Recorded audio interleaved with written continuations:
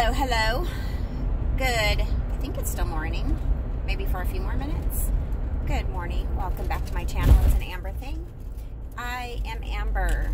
So I'm going to do a quick video, and I'm hoping to be able to talk about this a little bit more in depth at a later time. But I did, I watched a video yesterday, and it was about ex-Jehovah's Witnesses versus evil apostates.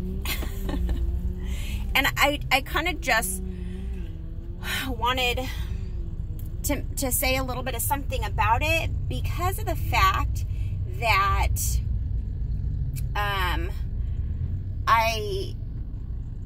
am one of those people that, as you've noticed, I don't refer to the Bible a lot. If you've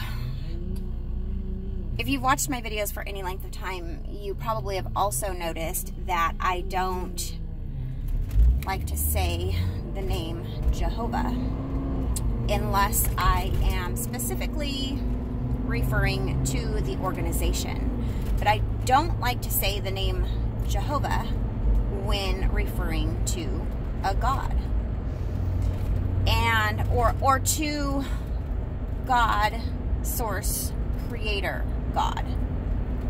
And if you are one that, you know, converses with me in the comments, you will also notice that when I reference God, and I know that we're speaking about Jehovah, I use a small g. I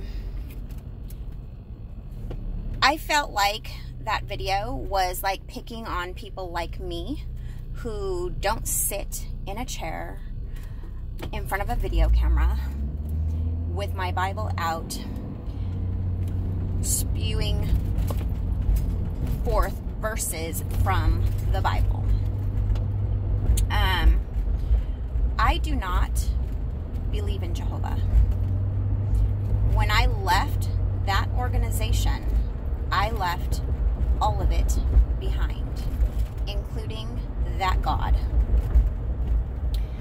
I know that many of you think and believe that Jehovah, it's really hard for me to say that word. Can you tell? I like force it out of my face.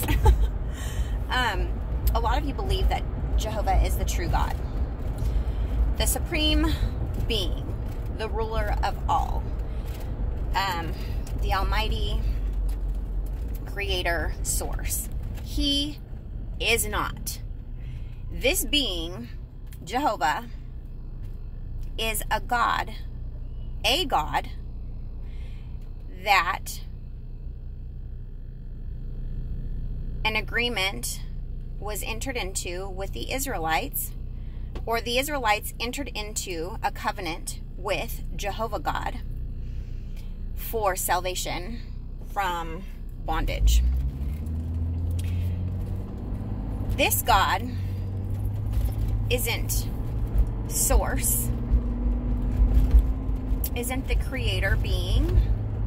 He is a God who delivered the Israelites. And when he did this, he made it very clear and very known that he was a jealous God, that he wanted no other gods to be worshipped, and that he was to be the only one. If he were source creator, the supreme being, the being that we have all come from, the being that we all carry a part of inside of us, he would not be jealous. Why? Why would he be jealous? He's source, creator, the being that is our spark of life. Why would he be jealous of anybody or anything? He wouldn't. So before you read too much into those of us who take out the Bible and read verse for verse and want to teach you and wake you up that way, versus those who tell you their experiences from life, the things that they've lived, one versus the other, it shouldn't be like that. It should not be put that way. There is not one of us who is evil and and one of us who is not. Like I said a moment ago, we all carry source, spark of life within us. So how can that be evil? This is a planet of free choice, so we are able to make our own choices, and sometimes we don't always choose in the ways that others agree with. That does not mean that it is wrong. It means that you don't agree with what I'm doing, but that's okay, because I am my own person. I think some people, including myself, were a little bit offended by that video, and I think it was meant to be offensive, to be quite honest with you.